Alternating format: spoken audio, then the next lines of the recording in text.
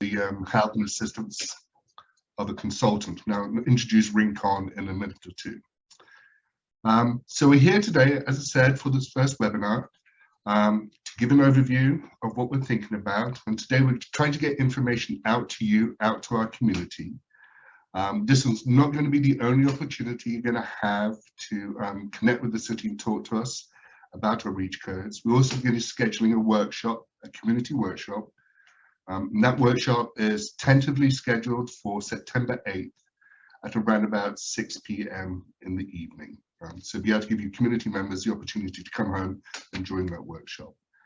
We're going to provide all information about that workshop and actually all information about this REACH code project going forward on the city's website. And towards the end, actually in the chat, you'll see the link that you can follow that takes you to the city's website about this project.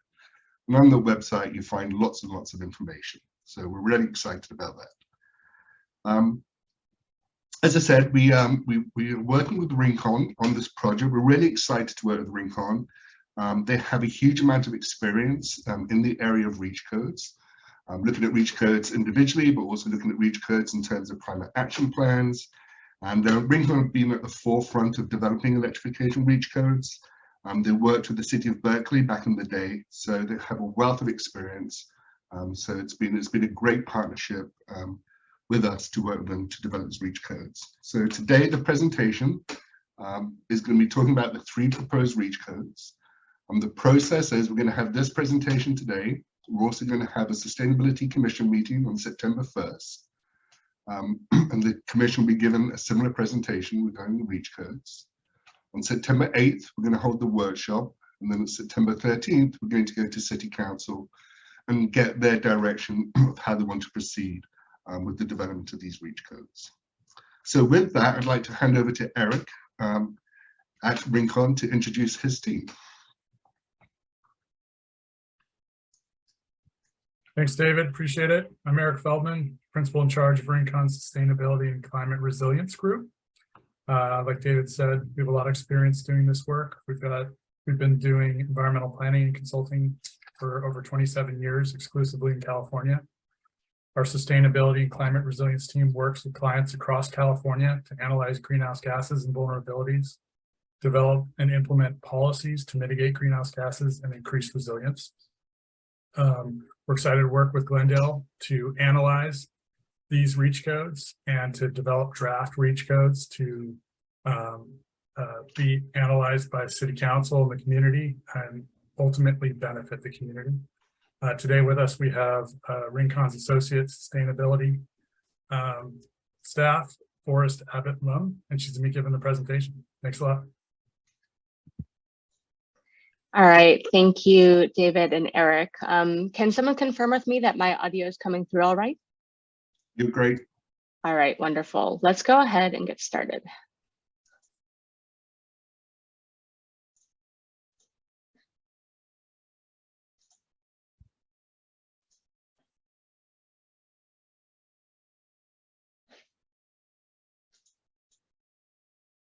Can someone confirm with me that screen share is working? Looks good for us. All right, thank you. All right, let's go ahead. So thank you for taking the time to be here with us today. Thank you for the intro, Eric and David.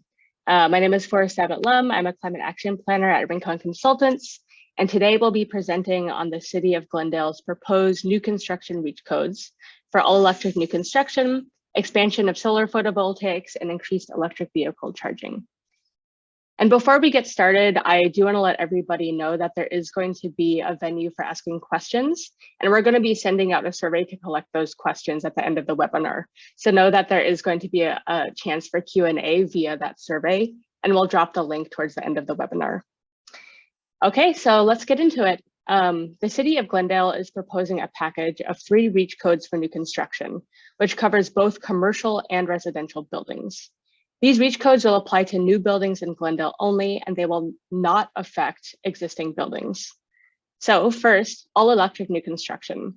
This REACH code would mean that new construction will include wiring for electric heating, cooling, and cooking instead of gas lines and gas-powered appliances. This would apply to all electric new construction as well as standalone accessory dwelling units or ADUs. The second proposed REACH code is expanded solar photovoltaics. And this new REACH code would expand PV in new construction to offset either 50% of energy spend in the building or to cover 50% of the roof space.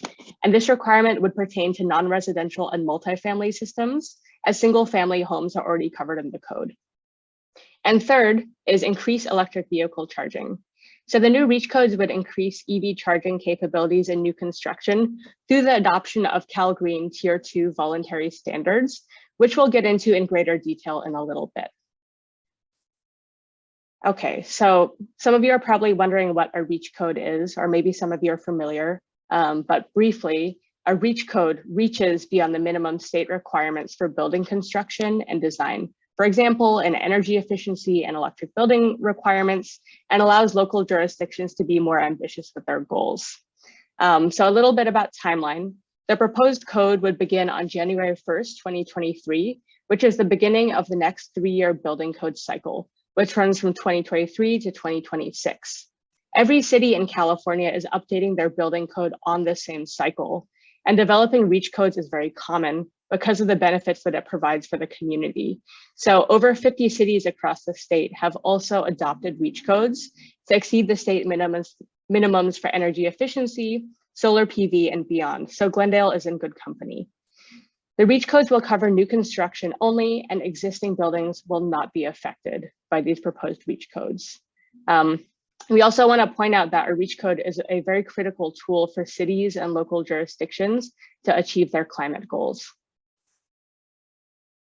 Okay, so we want to paint the vision here for what new construction and new buildings in Glendale will look like under these proposed REACH codes. So the vision for future homes and businesses in Glendale is all electric. And what does this mean? This means that an all electric building will be heated and cooled by energy efficient heat pumps. Induction stoves will maintain healthy air quality as you cook. Solar panels save building owners money while contributing to grid stability during high demand days for electricity. Finally, electric vehicles improve local air quality and cost less to charge and maintain. So in sum, all electric new construction for Glendale means healthier, cost-effective spaces for Glendale residents to live, work, and play. So when we talk about an all-electric building, specifically what we're talking about is the functionality of a building. Heating and cooling, water heating, cooking, and drying clothes coming from electricity instead of coming from gas. So when you think about the functionalities of a building that typically come from gas, but can come from electricity instead, these are the types of appliances that are going to be installed in the proposed all-electric new buildings. And these appliances are modern, and as modern appliances provide a lot of long-term benefit for the functionality of a home and a business.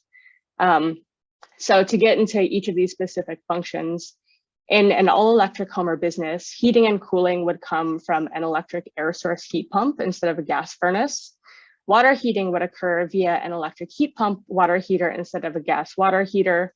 Cooking would happen on an electric induction cooktop instead of a gas stove. And clothes drying would happen via an electric clothes dryer instead of a gas-powered dryer. You're probably seeing the theme here. So we also wanted to do a little bit of a deep dive into each proposed REACH code one by one. So first, all electric new construction. Under the proposed REACH code, all installed appliances will be electric, and gas lines and gas-powered appliances will not be installed in new buildings in Glendale. What types of buildings would be included? Include all residential and non-residential buildings, as well as detached ADUs. So this would mean that new construction will require the installation of electric appliances like heat pumps and induction stovetops, and gas lines will not be installed in new buildings where feasible. Now there will be an infeasibility waiver. So what that means and when it applies is an infeasibility waiver can be applied for by the building developer if the technology for an all-electric proposed building is impossible to acquire or use. And infeasibility waivers will only cover the specific end use that is not deemed to be feasible, such as specific process loads. So why are we doing this? Let's talk about the benefits of all-electric buildings. First, all-electric buildings mean cleaner indoor air and increased community health. Natural gas powered appliances, especially gas stoves, can spike emissions of pollutants like carbon monoxide and nitrogen dioxide. All electric induction stoves and appliances do not emit air pollutants in indoor spaces and provide healthier indoor air quality. Second, all electric homes and businesses can save consumers money. Natural gas prices are expected to increase over time as the infrastructure to transport natural gas stays the same, but the number of customers decreases as an increasing number of homes and businesses go all electric. So electrifying new buildings now will save home and business owners future costs of retrofits and shield them from rising natural gas prices. With the new code, building all electric saves money up front when paired with expanded solar and can also save residents money on their bills. And finally, importantly, all electric buildings are a really key strategy for climate action. Natural gas use in buildings is a major contributor to climate change. Nationwide, the majority of emissions from businesses and homes comes from the combustion of fossil fuels like natural gas for heat. Cutting out these emissions through electrification as the California grid goes carbon neutral by 2045 is going to be a key strategy in city-level climate action planning. Okay, moving on to proposed ordinance number 2, expands solar photovoltaics. So what this is proposing is that expanded residential solar and commercial solar either offsetting 50% of the energy use of the building or 50% of the roof area for a solar array requirement, which allows tailoring to Glendale's urban environment. And this also includes an infeasibility waiver. So the types of buildings that are going to be included are low-rise, are non-residential and multifamily new construction, as single-family homes are already included in the code. And the infeasibility waiver and when it gets applied can be applied for by the building developer if the project is physically unable to meet the requirement, for example, due to shading or other physical constraints. Okay, so that's solar PV. And moving on to the benefits of this, local solar generation can increase grid resiliency, especially when paired with increased storage system updates. Local power generation through solar can contribute to electrical grid demand reduction when increases grid resiliency on hot days when there's high electric demand. For example, on a hot summer day when there's increased use of air conditioning. If we can reduce pressure on the electric grid through expanded local solar, we can also reduce the potential for power shutoffs. In addition, solar, when paired with all electric buildings, can lead to cost savings. The California Energy Codes and Standards analysis shows cost savings for the community through improved grid reliability and decreased emissions, as well as on-bill savings. So the final proposed ordinance is the expansion of electric vehicle charging through CALGREE Tier 2 standards. And so the types of building types that are included under CALGREE voluntary Tier 2 standards are comprehensive. It's all new buildings, multifamily, hotels, motels, commercial, single family residential. And this increases the proportion of EV ready parking spaces for these specific building types. And it depends on the number of spaces proposed in the development. And it also has specific requirements for what type of level of EV charger should be installed in these new developments. And these are listed in the sub bullets below. We realize that this gets a little bit detailed here. And there is more comprehensive information on the website if you want to take a deep dive. But we do want to cover the benefits today of increased EV charging in Glendale. So first, healthy local air quality. Gas and diesel powered cars and trucks are one of the leading causes of air pollution as they emit carbon monoxide, nitrogen oxides when they operate. EVs do not release air pollutants when they run and keep the local air quality healthy. By expanding EV infrastructure, Glendale can also take a bite out of one of the biggest greenhouse gas emitting sources. Transportation accounts for around 50% of California's greenhouse gas emissions, most of which comes from gasoline combustion and passenger vehicles. 44% of Glendale's greenhouse gas emissions came from transportation, according to the 2004, sorry, just admitting a new participant. According to the 2004 greenhouse gas inventory conducted by the city, So as the California grid goes carbon-free by 2045, EVs will be really key in reducing these sources of fossil fuel combustion emissions. Finally, expanding EV charging in Glendale right now will help Glendale keep pace with future EV demand, which is expected to rise very quickly. California state policy has very aggressive targets for the adoption of zero-emission vehicles, as well as charging infrastructure, with a target of 100% in-state sales of passenger cars and light-duty trucks by 2035.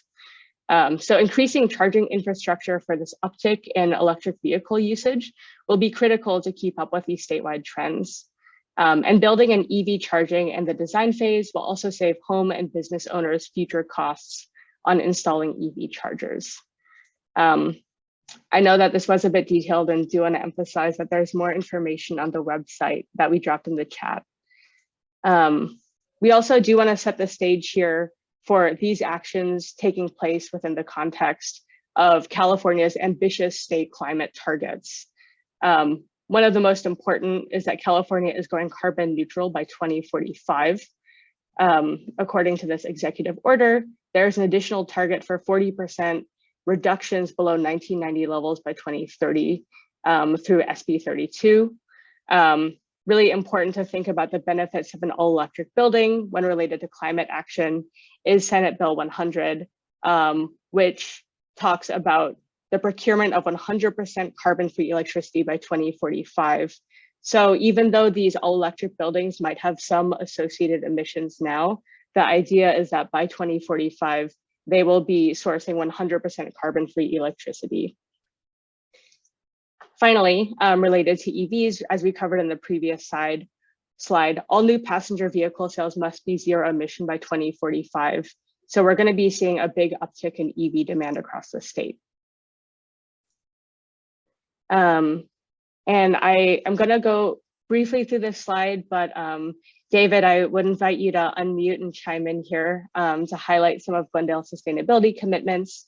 But in addition to this happening within the context of California's larger climate commitments, Glendale has been a sustainability leader for a long time and has also had green building standards that surpass the state minimum and has been on track to also pursuing aggressive climate targets themselves. David, maybe you could chime in here with a couple words and then I can come back in. Sure. Okay, thank you, Forrest. Yes, so as Forrest mentioned, sustainability is not new to us, but what we have done recently is form the Office of Sustainability within the city to provide overall direction for our sustainability programming. We've established also our Sustainability Commission, which provide guidance and input to staff about sustainability programs and also provide recommendations to our city council on actions that the city should take. And building electrification, single-use plastic bans, developing a climate action adaptation plan are all new programs that are being brought to us either through City Council or through the Sustainability Commission. And we're really excited about this building electrification project. This is going to position Glendale along with some of the leading cities in the area, such as Santa Monica and other cities. So we're excited to get embarked on this project. Yes, and we're looking forward to your input too. So with that, I'll turn back over to Forrest. Great, thank you so much. That was great context. And just want to highlight here this final line, which is upcoming Glendale's first climate action and adaptation plan. And these proposed reach codes are going to be really foundational in tapping into that new initiative. So we want to do a quick run through of the benefits for Glendale here. So I think one of the most important is cost savings for homeowners, business owners, and renters via a combination of expanded solar photovoltaics and electrification, safer, healthier homes and cleaner air, the contribution to a stable electric grid, and contribution to climate action for Glendale.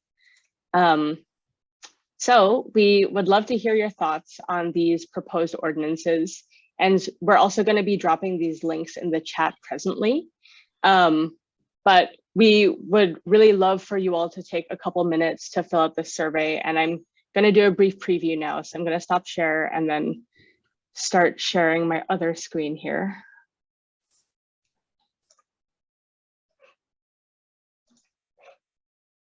Can someone confirm with me that you're able to see the survey? Yes. Okay, great. So what we're doing here is we would love to take a quick temperature check of your thoughts on the benefits of each ordinance for the city of Glendale, and a little bit of expanded reasoning for why you think the way you do about if the ordinance will benefit Glendale.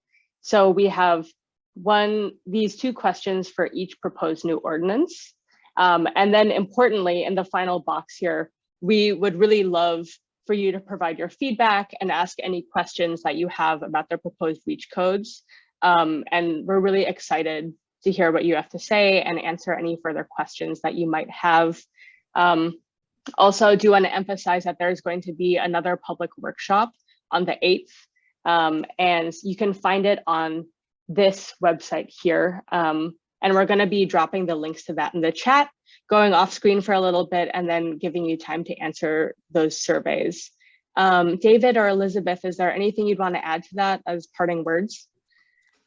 Yeah, just a couple of things, just to reiterate that there is going to be another opportunity for the community to talk to us on this project at the community workshop on September 8th, as Forrest just mentioned. We're also going to send out to all of you a recording of this webinar today. We're going to send out to you the link to the web page that Forrest just showed you that has all the information regarding this project. So we hope that you can share that with your colleagues and friends so they have further information about what we're trying to do here at the City of Glendale. And as I said earlier, as we go through this project and develop this project, that website will be the place to go to get all the information. And I mentioned earlier about the City Council Sustainability Commission meeting and City Council meeting. So I just want to review with you what happens at those 2 meetings. So the Sustainability Commission will have a presentation from city staff and from RINCON. And after that presentation, they'll make recommendations to the City Council. The City Council will take those recommendations plus feedback from staff and feedback from the community, and hence we're doing this webinar and the workshop. And that information, that feedback will be given to City Council on September 13th. At the meeting, City Council meeting September 13th, City Council will take all this information and they'll provide direction to staff on what they want to do and how they want to see these REACH codes proceed. So there is opportunity for you to get involved and to provide us your feedback. And as Forrest said, we're looking forward to that feedback. And we hope that you participate in the survey today. That's all I have, Forrest. Great, thanks so much. Both of the links are in the chat. And I think the plan here is that we were going to go off screen for a little bit, give you all time to fill out the survey, and then we would close out the webinar for today. But really looking forward to hearing your feedback and hearing your further questions. And we will be back on the 8th for more public engagement. Thanks, everybody. Thank you, everyone.